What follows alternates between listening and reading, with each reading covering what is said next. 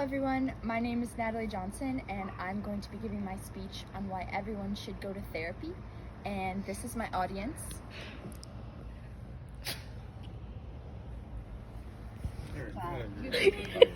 Okay. Well, she could edit it in post. Amazing. Okay, so let's get started. This is my presentation on why I believe everyone should go to therapy at least once in their life. What is therapy?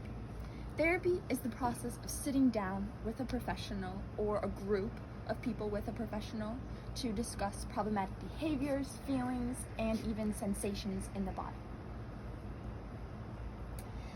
Recently, there has been a sudden new increase in the need for counseling. Not to say that humans need therapy more than they have in the past, but due to COVID-19, there's been lots of people wanting to get into the idea of therapy. A new SWNS research study found that 1 in every 6 Americans started therapy in 2021, and 35% of them continued even after. And the hysteria began to decrease. We started including mental health resources in schools and workplaces and things like that. There are many benefits of therapy, but here are a few.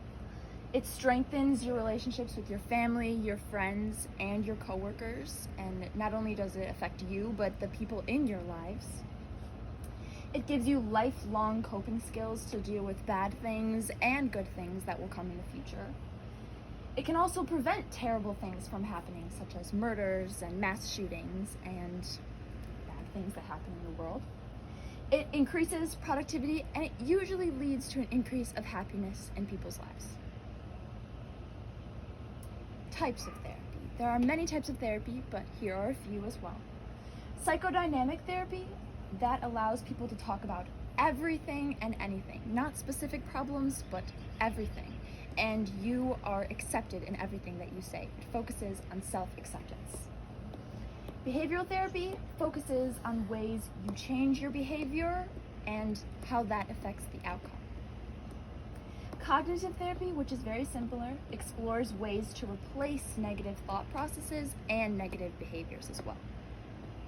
The last one is humanistic therapy, which is working to also better your self-acceptance and your view of your place in the world.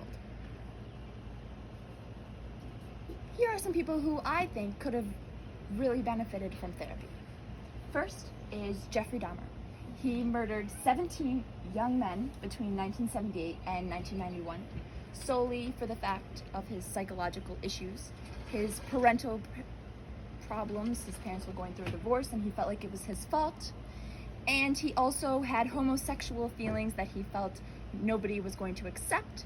Well, if he could have talked to a therapist about it, maybe he wouldn't have killed those 17 young men. John Wayne Gacy, he also killed 33 young men, and he also had some deep psychological problems, but also had deep-rooted homosexual feelings that he felt weren't going to be accepted by everyone around him. Tristan Thompson, he is not a murderer, but he is a serial cheater, and he publicly cheated on Khloe Kardashian many times. Obviously, he has some deep psychological issues if he keeps going back to a relationship that he really doesn't want to be in. Lastly is Adolf Hitler. He caused a genocide which killed millions of people and affected millions of lives for the rest of history. And he had parents who were Jewish and descent of African American people in his family, and obviously he had psychological issues if he wanted to attack one race that was in his family, some deep motherly hatred, but he also had chlamydia, which gives you mental health problems.